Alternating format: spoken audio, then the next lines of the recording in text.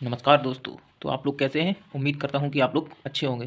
तो आज हम लोग जो पढ़ने वाले हैं वो पढ़ने वाले हैं बायोलॉजिकल क्लासिफिकेशन। तो आज हम लोग जो पढ़ने वाले हैं वो पढ़ने वाले हैं बायोलॉजिकल क्लासिफिकेशन। आज हम लोग देखेंगे बायोलॉजिकल क्लासिफिकेशन को फुल डिटेल्स में। तो यार बायोलॉजी क्लासिफिकेशन में अगर बात करें तो जो सबसे पहले साइंटिस्ट आए थे वो आए थे एरिस्टोटल। जो बायोलॉजी क्लासिफिकेशन में सबसे पहले साइंटिस्ट आए थे वो आए थे एरिस्टोटल। इन्होंने अपना अर्ली क्लासिफिकेशन दिया जिसे हम बोलते हैं अर्लीस्ट क्लासिफिकेशन। अर्लीस्ट क्लासिफिकेशन अगर आपसे पूछा जाए कि अर्लीस्ट क्लासिफिकेशन किसने दिया तो आप बताना कि ये दिया था। किसके द्वारा दिया गया था? ये दिया गया था एरिस्टोटल के द्वारा। ये दिया गया था एरिस्टोटल के द्वारा। कौन सी ईयर में? 1969 में एरिस्टोटल ने अर्लीस्ट क्लासिफिकेशन दिया था। अब इन्होंने क्या बोला था? इन्होंने इन्होंने टोटल ऑर्गेनिज्म को दो भागों में बांट दिया। इन्होंने टोटल ऑर्गेनिज्म को दो भागों में बांट दिया। First one is plant and second one is animal. इन्होंने प्लांट को फर्दर 3 टाइप्स में डिवाइड कर दिया on the basis of morphological characteristics को देखते हुए। इन्होंने प्लांट को 3 पार्ट्स में डिवाइड कर दिया। First one is herbs, second one is shrubs and third one is tree. And इन्होंने एनिमल को 2 पार्ट्स में डिवाइड कर दिया। जो फर्स्ट वन थे इन्होंने बोला कि जिनके पास भी रेड ब्लड सेल प्रेजेंट होते हैं उन्हें, जिनके पास रेड ब्लड प्रेजेंट होता है और या फिर जिनके पास रेड ब्लड एब्सेंट होता है, रेड ब्लड एब्सेंट होता है। तो अर्लीस्ट क्लासिफिकेशन किसने दिया था? एरिस्टोटल ने दिया था 1969 में। इन्होंने बोला कि जो टोटल ऑर्गेनिज्म है उन्होंने प्लांट और एनिमल्स को प्लांट एंड एनिमल्स में 2 टाइप्स में डिवाइड कर दिया टोटल ऑर्गेनिज्म को। एंड प्लांट्स को इन्होंने हर्ब्स, सर्ब्स एंड ट्री में डिवाइड कर दिया। एंड एनिमल्स को इन्होंने रेड ब्लड सेल जिनमें प्रेजेंट था उनको और रेड ब्लड सेल जिनके अंदर एब्सेंट था उनको 2 भागों में डिवाइड कर दिया। अब जिनके पास रेड ब्लड सेल प्रेजेंट होता है उन्हें हम लोग बोलते हैं इनेमा।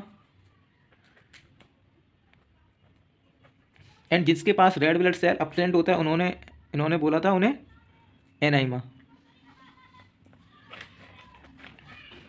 जिसके पास रेड ब्लड सेल प्रेजेंट होगा मतलब उनको इन्होंने बोला था एनाइमा। एंड जिसके पास रेड ब्लड सेल एब्सेंट होगा उनको इन्होंने बोला था एनाइमा।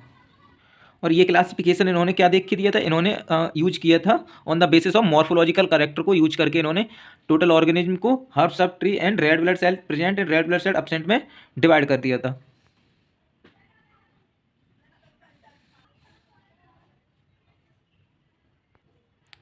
इन्होंने यूज किया था using of simple morphological character को इन्होंने यूज किया था, जिसकी हेल्प से इन्होंने टोटल ऑर्गेनिज्म को डिवाइड किया था। अब आगे हम लोग बात करेंगे सेकंड क्लासिफिकेशन की। तो जो सेकंड क्लासिफिकेशन था वो था कार्लस लीनियस का।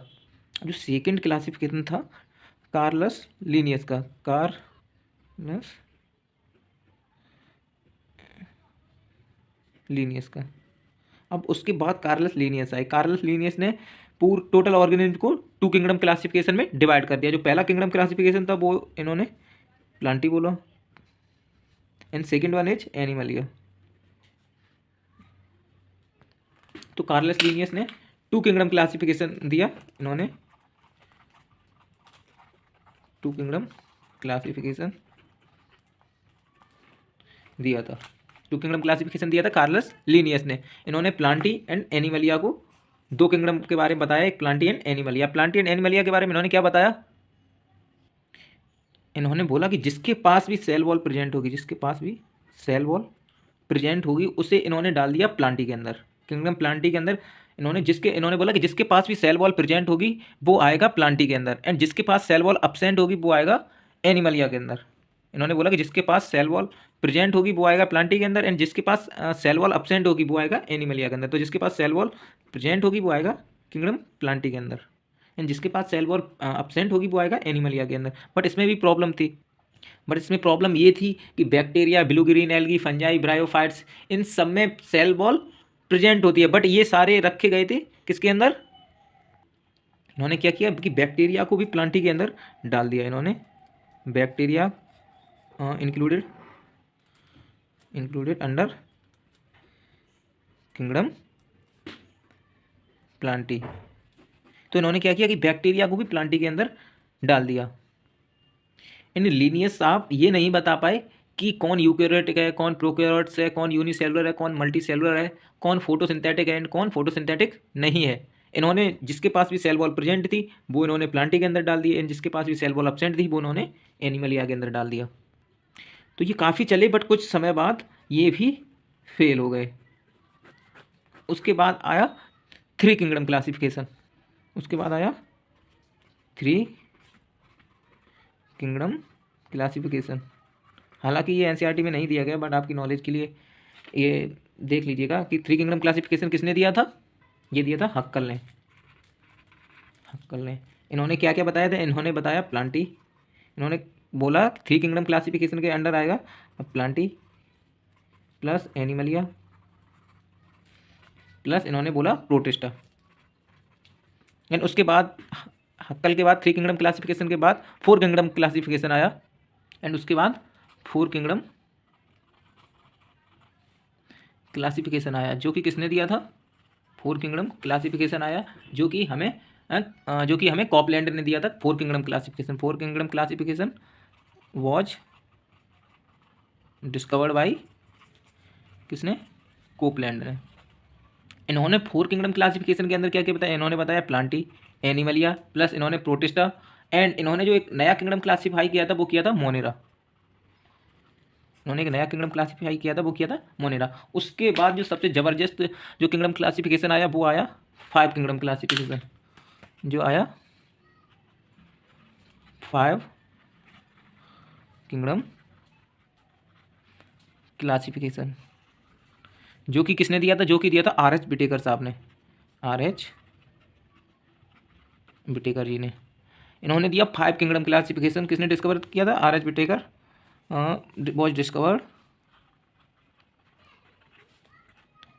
Five kingdom classification. तो जो फाइव किंगडम क्लासिफिकेशन जो दिया था वो किसने दिया था, आर एच बिटेकर ने। और कब दिया था ये, तो इन्होंने दिया था 1969 के अंदर। ये क्वेश्चन काफ़ी बार आया गया है प्रीवियस ईयर में, तो आप इसे याद रखिएगा कि फाइव किंगडम क्लासिफिकेशन किसने दिया था, आर एच बिटेकर ने। और कब दिया था, 1969 के अंदर। इन्होंने पांच किंगडम बताए। इन्होंने जो पहला किंगडम बताया वो बताया इन्होंने मोनेरा, दूसरा किंगडम इन्होंने बताया प्रोटिस्टा, तीसरा किंगडम इन्होंने बताया प्लांटी, नहीं मोनेरा प्रोटिस्टा, तीसरा किंगडम इन्होंने बताया फंजाई, चौथा किंगडम इन्होंने बताया प्लांटी, एंड पांचवा किंगडम इन्होंने बताया एनिमलिया। तो इन्होंने फाइव किंगडम क्लासिफिकेशन दिया। इन्होंने फाइव किंगडम क्लासिफिकेशन किसके बेस पे दिया, तो इन्होंने five kingdom classification on the basis of five kingdom classification इन्होंने दिया on the basis of cell structure को देख के। सेल स्ट्रक्चर को इन्होंने देखा बॉडी ऑर्गेनाइजेशन को देख के, एंड इन्होंने मोड ऑफ न्यूट्रिशन को देखा, एंड रिप्रोडक्शन को देख के, एंड इन्होंने फिलोजेनेटिक रिलेशनशिप को भी देखा। फिलोजेनेटिक रिलेशनशिप को भी इन्होंने देखा। इन सबके बेस पे ही इन्होंने फाइव किंगडम क्लासिफिकेशन को डिवाइड किया। इन्होंने बोला किसके बेस पे दिया, on the basis of cell structure, body organisation, mode of nutrition, reproduction and phylogenetic relationship के बेसिस पे इन्होंने फाइव किंगडम क्लासिफिकेशन को क्लासीफाई किया। इन्होंने ऑर्गेनिज्म को दो भागों में बांट दिया। इन्होंने ऑर्गेनिज्म को दो भागों में बांट दिया। First one is prokaryotic organism में, and second one is eukaryotics organism के अंदर इन्होंने डिवाइड कर दिया। जो फर्स्ट इन्होंने डिवाइड किया वो किया prokaryotic organism, and second one is eukaryotic organism. जो प्रोकैरियोटिक ऑर्गेनिज्म के अंदर इन्होंने किसको रखा, इन्होंने रखा मोनेरा को। इन्होंने बोला कि जितने भी यूनिसेलुलर ऑर्गेनिज्म हैं वो आएंगे मोनेरा के अंदर एंड प्रोटिस्टा के अंदर। इन्होंने बोला कि जितने भी यूनिसेलुलर ऑर्गेनिज्म हैं वो अंडर आएंगे मोनेरा एंड प्रोटिस्टा के अंदर, बट इन्होंने प्रोकैरियोटिक्स के अंदर सिर्फ मोनेरा को रखा, एंड यूकैरियोटिक्स के अंदर इन्होंने रखा प्रोटिस्टा को, फंजाई को, प्लांटी एंड एनिमलिया को।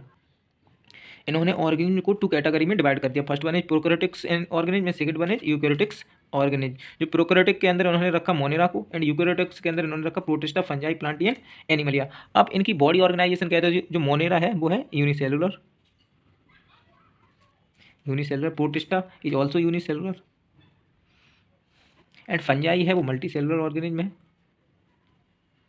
एंड जो प्लांटी है, प्लांटी का टिश्यू ऑर्गेनाइजेशन है, टिश्यू, इसके अंदर आपको टिश्यू एंड ऑर्गन देखने को मिलेगा। एंड प्लांटी जो एनिमलिया है, एनिमलिया के अंदर आपको टिश्यू देखने को मिलेगा प्लस ऑर्गन देखने को मिलेगा, प्लस इसके अंदर ऑर्गन सिस्टम भी देखने को आपको मिलेगा।